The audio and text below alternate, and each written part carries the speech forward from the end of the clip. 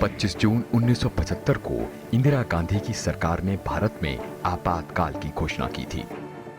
इंदिरा गांधी ने देश के तत्कालीन राष्ट्रपति फखरुद्दीन अली अहमद को अनुच्छेद 352 का उपयोग करके देश में आंतरिक आपातकाल घोषित करने की सलाह दी थी। इसी दिन आधी रात को बिना किसी चेतावनी के आपातकाल घोषित कर दिया गया था। भारत में तीसरी बार नेशनल इमरजेंसी की घोषणा हुई थी। पहली 1962 में चीन और दूसरी 1971 में पाकिस्तान के साथ युद्ध के दौरान हुई थी। इंदिरा गांधी ने 3 आधारों पर इस अलोकतांत्रिक कदम को उचित ठहराया था।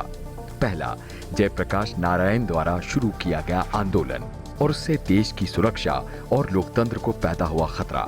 दूसरा, तेजी से आर्थिक विकास और वंचितों के उत्थान की आवश्यकता।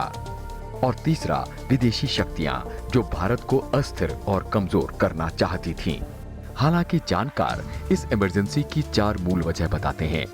गुजरात का नवनिर्माण आंदोलन, बिहार में शुरू हुआ जेपी आंदोलन, रेलवे की देशव्यापी स्ट्राइक और इलाहाबाद हाई कोर्ट का वो फैसला जिसने कदाचार के आधार पर इंदिरा गांधी के 1971 के रायबरेली संसदीय चुनाव को अमान्य ठहराया था।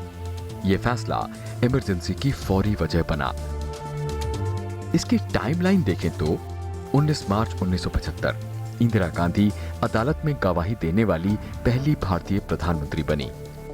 12 जून 1975 न्यायमूर्ति जगमोहन लाल सिन्हा ने इंदिरा गांधी के संसदीय चुनाव को अमान्य घोषित किया, लेकिन उन्हें सर्वोच्च न्यायालय में अपील करने के लिए 20 दिनों का समय दिया।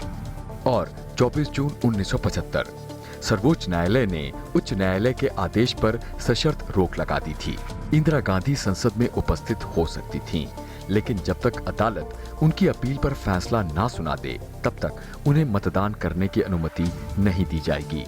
इन निर्णयों ने जेपी आंदोलन को गति दी थी और साथ ही कांग्रेस पार्टी के भीतर भी इंदिरा गांधी के इस्तीफे की मांग पैदा कर दी थी। उन्होंने प्रधानमंत्री पद से इस्तीफा देने से इनकार कर दिया था और 25 जून 1975 से भारत में आपातकाल लागू कर दिया गया। इमरजेंसी लागू होते ही चुनाव को रद्द करने और नागरिक स्वतंत्रता को निलंबित करने की जमीन तैयार हो गई थी। इंदिरा गांधी के अधिकांश राजनीतिक विरोधियों को जेल में डाल दिया गया था, जिनमें मोरारजी देसाई, चरण सिंह, जयप्रकाश नारायण, आचार्य कृपलानी और अटल बिहारी वाजपेयी जैसे नेता शामिल थे।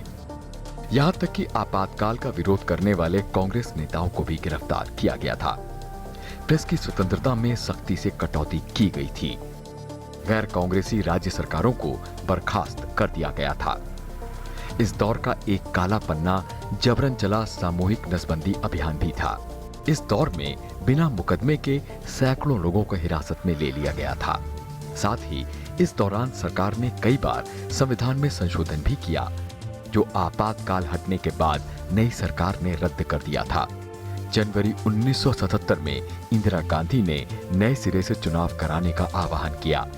सभी राजनीतिक बंदियों को रिहा कर दिया गया।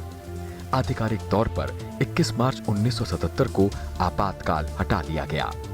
फिर हुए चुनाव में देश की जनता ने इंदिरा गांधी और कांग्रेस पार्टी को भारी शिकस्त दी थी। जनता पार्टी ने चुनाव जीता और नई सरकार का नेतृत्व मोरारजी देसाई ने प्रधानमंत्री के रूप में किया। देसाई भारत के पहले गैर कांग्रेसी पीएम थे। फिलहाल आपातकाल को स्वतंत्र भारत और लोकतंत्र का सबसे काला अध्याय कहा जाता है।